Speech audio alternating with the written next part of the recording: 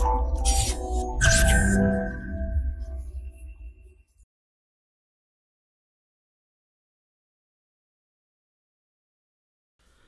Friends, this is Gautam Pandey coming up with the next round of new simplified. तो आज की video में हम बात करेंगे ग्रीनफील्ड एयरपोर्ट होलोंगी एयरपोर्ट के बारे में। तो फर्स्ट ऑफ ऑल जरा देखते हैं कि आखिर ये न्यूज़ में क्यों है।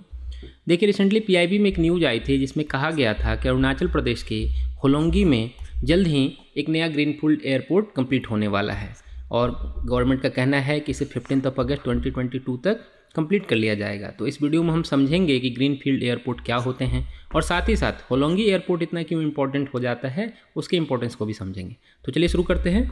सबसे पहले जरा हम ग्रीनफील्ड एयरपोर्ट के विषय में समझते हैं।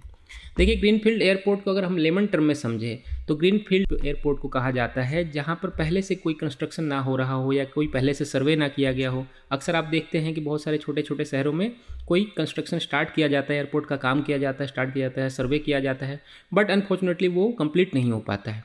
बट ग्रीनफील्ड एयरपोर्ट के विषय में अगर हम कहें तो एक ऐसा एयरपोर्ट जिसे एकदम पूरा नए सिरे से स्टार्ट किया जा रहा हो और ख़ास करके ये ऐसी जगह पर बनाया जाता है जहाँ पर कनेक्टिविटी की कमी हो, साथ ही साथ कोई इन्वायरमेंटल इशू ना हो, इस बात का भी ध्यान रखा जाता है। तो ऐसी जगह को फोकस करके ये ग्रीनफील्ड एयरपोर्ट बनाया जाता है। देखिए, जनरली ये ऐसे जगह पे बनाया जाता है जहाँ पर आसपास कोई 150 किलोमीटर के रेडियस में कोई नया एयरपोर्ट या कोई एस्टेब्लिश एयरपोर्ट ना हो। बट जनरली एक्सेप्शन भी देखने को मिलते हैं, जैसे कि हमने जेआर एयरपोर्ट को देखा जो नोएडा के पास में ही बन रहा है, मीन्स ज़्यादा दूर नहीं है दिल्ली से वो। तो कहीं कहीं एक्सेप्शन भी है, बट उस पर हम नहीं जाते अभी। देखिए, government of India greenfield airport को प्रमोट करने के लिए 2008 में एक पॉलिसी लेकर आई थी जिसे ग्रीनफील्ड एयरपोर्ट पॉलिसी 2008 के नाम से जाना जाता है। इसके तहत government of India across the India 21 greenfield airport पे काम कर रही है और जल्द ही हो सकता है इस पर काम पूरा भी कर लिया जाए।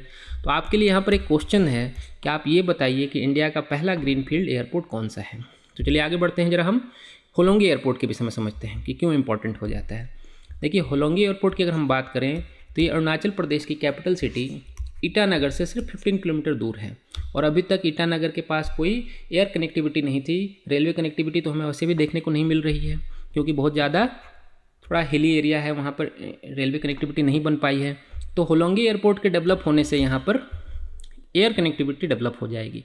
और होलोंगी एयरपोर्ट इतना इंपॉर्टेंट क्यों है इसको समझते हैं। देखिए इस पूरे एयरपोर्ट के कंस्ट्रक्शन पर अप्रॉक्स 645 करोड़ रुपीज़ खर्च होने वाले हैं और ये पैसे पीपीपी मॉडल के तौर पर बनाया जा रहा है। पीपीपी पब्लिक प्राइवेट पार्टनरशिप के तौर पे इसको समझना इसलिए ज़रूरी हो जाता है कि क्योंकि इसके लिए अरुणाचल प्रदेश के लिए या सिक्किम के लिए कोई भी वर्ल्ड बैंक या कोई अदर बैंक से कोई लोन नहीं मिल पाता गवर्नमेंट ऑफ इंडिया को। क्यों नहीं मिल पाता इसको समझते हैं। देखिए अक्सर कहा जाता है कि चाइना इन जगहों पर अपना अधिकार जमाता है और उसका कहना है कि सिक्किम और अरुणाचल प्रदेश जो डिस्प्यूट हैं पूरी तरह से कंप्लीट नहीं हो पाए हैं, मीन्स खत्म नहीं हुए हैं और अरुणाचल प्रदेश के कुछ पार्ट उसके एरिया के हैं। तो ये डिस्प्यूट चलता रहता है according to China, but government of India Arunachal Pradesh को पूरा अपना मानती है और हमारा है भी और सिक्किम भी पूरा हमारा है।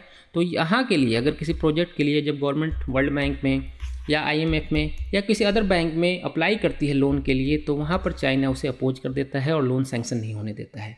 तो इसी बात को ध्यान में रखते हुए गवर्नमेंट ऑफ इंडिया ने 2013 से, ये पॉइंट हम याद रखेंगे, 2013 से गवर्नमेंट कोई भी बड़ा प्रोजेक्ट जो सिक्किम या अरुणाचल प्रदेश में स्टार्ट करती है उसके लिए कहीं पे भी वर्ल्ड बैंक या अदर बैंक में कोई अप्लाई नहीं करती है लोन के लिए, क्योंकि उसे पता है कि वहाँ पर चाइना का इन्फ्लुएंस ज़्यादा है और चाइना के इन्फ्लुएंस से वहाँ पर उसे लोन नहीं मिलता है।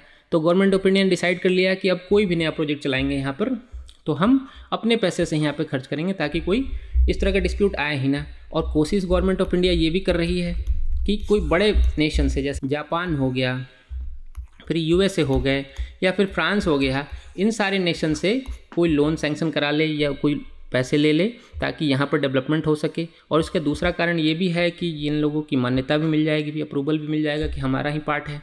तो इस तरीके से गवर्नमेंट ऑफ इंडिया काम कर रही है कि जो चाइना का जो डिस्प्यूट वाला मॉडल है उसे पूरी तरह से दरकिनार कर दिया जाए और उसे एक्सेप्ट ना किया जाए। दूसरी तरफ देखिए प्राइम मिनिस्टर मोदी का कहना भी है कि अरुणाचल प्रदेश की जो कनेक्टिविटी अगर देश के दूसरे पार्टों से बन जाती है तो वहाँ का तो डेवलपमेंट होगा ही होगा, साथ ही साथ पूरे इंडिया के लोगों का भी नॉर्थ ईस्ट से जो हमारा कटाव है वो धीरे धीरे कम होता चला जाएगा। साथ ही साथ जो हमारा साउथ ईस्ट एशिया है उससे भी नॉर्थ ईस्ट का कनेक्टिविटी ज़्यादा मजबूत होगा, क्योंकि अगर नॉर्थ ईस्ट से कनेक्टिविटी यहाँ से साउथ ईस्ट से बढ़ती है तो इंडिया के लिए भी ज़रूरी है, जियो पॉलिटिकल कंडीशन के हिसाब से भी ज़रूरी है, साथ ही साथ इस एरिया के डेवलपमेंट के लिए भी ज़रूरी है कि उनका डेवलपमेंट, उनका कनेक्टिविटी सारे जगहों से हो, देश के अलग पार्ट से भी हो और साथ ही साथ अदर नेशन से भी हो। तो होप आपको ये वीडियो समझ में आया होगा। Thanks for watching. Current Affairs by Forum IAS is an all-in-one program that covers the dynamic aspect of the syllabus from both prelims and mains perspective. Last year, we have helped more than 100 students crack IAS with our current affairs classes.